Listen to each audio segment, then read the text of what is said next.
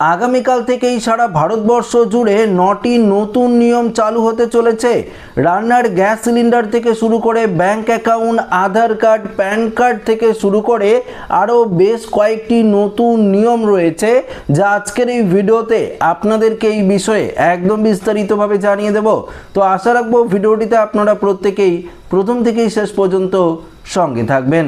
তো বন্ধুরা, এই মুহূর্তে কেন্দ্রীয় সরকারের তরফ থেকে যে 9টি নিয়ম জারি করা হয়েছে সেগুলো আপনাদেরকে জানিয়ে দিই। আপনারা প্রত্যেকেই জানেন যে প্রতি মাসের শুরুতেই সারা ভারতবর্ষ জুড়ে বেশ কিছু জিনিসের দাম বাড়ে এবং বেশ কিছু জিনিসের দাম কমে। পাশাপাশি সারা ভারতবর্ষ জুড়ে প্রতি মাসের শুরুতেই নতুন নতুন নিয়মও কিন্তু জারি করা হয়। তবে দেখুন, এবার সরকার পরিবর্তন হয়েছে আমাদের পশ্চিমবঙ্গেও একদিকে জুন মাস থেকেই নতুন নতুন নিয়ম জারি হতে চলেছে, অন্যদিকে ভারতবর্ষ জুড়েও কিন্তু বেশ কিছু নতুন নিয়ম জারি হতে চলেছে। তার মধ্যে প্রথমত হলো রান্নার গ্যাস সিলিন্ডার। আপনাদের প্রত্যেকের বাড়িতেই রান্নার গ্যাস সিলিন্ডার রয়েছে। দেখুন, 1 জুন থেকে রান্নার গ্যাস সিলিন্ডারের দাম কিন্তু আরও বেড়ে যাওয়ার সম্ভাবনা রয়েছে। আপনারা বাড়িতে যে 14.2 কেজি এলপিজি সিলিন্ডার ব্যবহার করেন তার দামও কিন্তু কিছুটা বাড়তে পারে। অন্যদিকে বাণিজ্যিক যে এলপিজি সিলিন্ডার রয়েছে 19 কেজি, তার দামও কিন্তু কিছুটা বেড়ে যাওয়ার সম্ভাবনা আমরা লক্ষ্য করতে পারছি। অর্থাৎ যা আগামীকাল থেকেই সারা ভারতবর্ষ জুড়ে সেই নতুন দাম দিয়ে আপনাদের গ্যাস সিলিন্ডার কিনতে হবে। পাশাপাশি দ্বিতীয় বলেছে ক্রেডিট কার্ড। নির্দিষ্ট কিছু ব্যাংকের ব্যবহারীদের জন্য ক্রেডিট কার্ডের নতুন নিয়মাবলী কার্যকর হবে। একাধিক পরিবর্তন হতে পারে কার্ডের নিয়মে। এই পরিবর্তনগুলোর মধ্যে রয়েছে লেনদেন চার্জ এবং লাউঞ্জ ব্যবহারের সুবিধা। গ্রাহকদের নিজের ব্যাংক কর্তৃপক্ষ জারি করা আপডেট অনুযায়ী নিয়ম ও শর্তাবলী যাচাই করে নেওয়ার পরামর্শও কিন্তু দেওয়া হয়েছে। আসছি পরবর্তী, আধার কার্ড।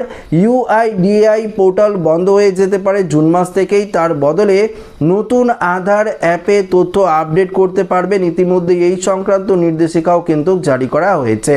অর্থাৎ ইউআইডিআই যে পোর্টাল রয়েছে যেখান থেকে আপনারা আধার কার্ডের সমস্ত কিছু আপডেট করাতেন, সেই পোর্টাল বন্ধ হয়ে যেতে পারে জুন মাস থেকেই। আচ্ছা, ইউপিআই পেমেন্টের ক্ষেত্রে কি বলেছে?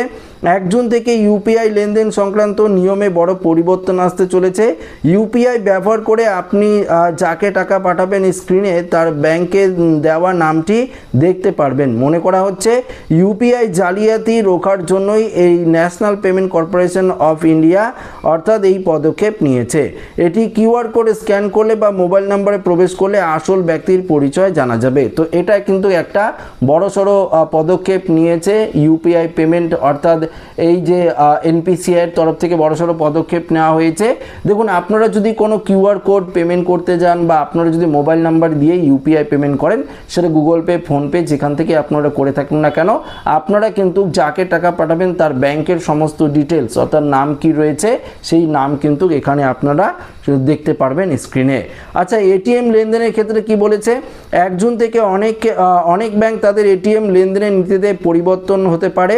অন্য ব্যাংকের এটিএম বিনামূল্যে লেনদেনের সীমা কমাতে পারে। এর ফলে এটিএম থেকে নগদ টাকা তোলা, অ্যাকাউন্টের ব্যালেন্স দেখা এবং মিনিট স্টেটমেন্ট সংগ্রহ করা আরও ব্যয়বহুল হয়ে উঠতে পারে। যারা ঘন ঘন টাকা তোলেন তাদের উপর এর প্রভাব অনেকটাই পড়তে পারে। অর্থাৎ এটিএম থেকে আপনারা যখন টাকা তোলেন, বিভিন্ন ব্যাংক বিভিন্ন ধরনের চার্জ রাখে। কিছু ব্যাংকের ক্ষেত্রে আপনারা 4টা বা 5টা ট্রানজ্যাকশন ফ্রি করতে পারেন, পরবর্তীতে আপনাদের 23 টাকা করে চার্জ দিতে হয়। সেই চার্জ কিন্তু আবারও বাড়তে পারে বা কমতেও পারে, এ নিয়ে কিন্তু আপডেট দেওয়া হয়েছে। আসি রেলপথের মেগা ব্লক। ভ্রমণ পরিকল্পনা থাকলে সাবধান। রেল ট্র্যাকের আধুনিকরণের কাজের জন্য পশ্চিমবঙ্গ সহ সারা দেশে 77টি ট্রেন বাতিল করা হয়েছে। এছাড়াও একাধিক গুরুত্বপূর্ণ ট্রেন রুট ও সময়ের পরিবর্তন হয়েছে। যাত্রা করার আগে অবশ্যই অনলাইনে স্ট্যাটাস চেক করে নেওয়া কিন্তু প্রয়োজন। তো বুঝতেই পারলেন, যারা ভ্রমণ করেন রেলপথে তাদের জন্য কিন্তু এটি বড়সড় আপডেট। আচ্ছা, প্যান কার্ডের ক্ষেত্রে কি নিয়ম করেছে? আয়কর দপ্তর নতুন নিয়মে লেনদেনের সীমা নিয়ে বেশ কিছু পরিবর্তন এসেছে। ৪৫ লক্ষ টাকার বেশি মূল্যের সম্পত্তি ক্রয় বিক্রয়, দানপত্র এবং যৌথ উন্নয়ন চুক্তির ক্ষেত্রে প্যান কার্ড এখন বাধ্যতামূলক। এছাড়াও নগদ লেনদেনের ক্ষেত্রেও নতুন নিয়ম কার্যকর হচ্ছে। প্যান না থাকলে নতুন ফর্ম 97 ব্যবহারের নির্দেশ দিয়েছে দপ্তর। তো বুঝতেই পারলেন, এখন থেকে আপনারা বেশি টাকার মূল্যের কোনো বাড়ি, সম্পত্তি, গাড়ি কোনো কিছু কিনলে প্যান কার্ড অবশ্যই আপনাদের লাগবে। ব্যাংকের ট্রানজ্যাকশনের ক্ষেত্রেও প্যান কার্ড বাধ্যতামূলক করা হচ্ছে। এখানে এটিএম চার্জের কথা আপনাদেরকে বললাম। পরবর্তী সোলার প্যানেল ইনস্টলেশন, 1 জুন থেকে সোলার প্রজেক্টের ক্ষেত্রে নতুন ALMM নিয়ম কার্যকর হচ্ছে। ভর্তুকি বা সরকারি প্রকল্পের জন্য এখন শুধুমাত্র নির্দিষ্ট তালিকাভুক্ত সোলার মিউল ব্যবহার করতে হবে। এর ফলে প্যানেলের দাম কিছুটা বৃদ্ধি হতে পারে, তবে দীর্ঘমেয়াদী গুণমান নিশ্চিত হবে। অর্থাৎ সোলার প্যানেলের ক্ষেত্রেও নতুন নিয়ম কার্যকর হচ্ছে। আসছি পরবর্তী RBI এর নীতি নির্ধারণ। জুনের শুরুতেই বসতে চলেছে রিজার্ভ ব্যাংকের monetary policy committee. Repo rate থেকে শুরু করে পেট্রোল ডিজেলের দাম ভারসাম্য বজায় রাখতে এই বৈঠকের সিদ্ধান্ত অত্যন্ত গুরুত্বপূর্ণ।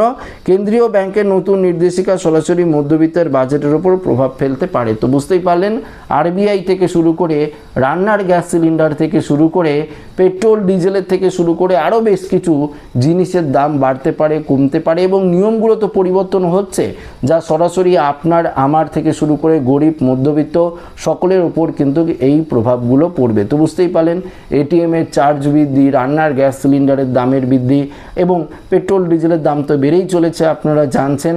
আরও বেশ কিছু নিয়ম পরিবর্তন হতে চলেছে। UPI পেমেন্টের ক্ষেত্রে নিয়ম আপনারা বুঝতে পারলেন, রেলপথের ক্ষেত্রে নিয়ম থেকে শুরু করে সমস্ত কিছু পরিবর্তন কিন্তু হতে চলেছে, যা 1 জুন থেকেই আপনারা লক্ষ্য করতে পারবেন, অর্থাৎ আগামীকাল থেকেই আপনারা লক্ষ্য করতে পারবেন। তো আশা রাখবো ভিডিওটি প্রত্যেকের ভালো লেগেছে। ভিডিওটি ভালো লাগলে লাইক করবেন, বন্ধুদের সাথে শেয়ার করবেন। নতুন হয়ে থাকলে চ্যানেলটিকে সাবস্ক্রাইব করে আমাদের সঙ্গে জুড়ে থাকবেন। ধন্যবাদ।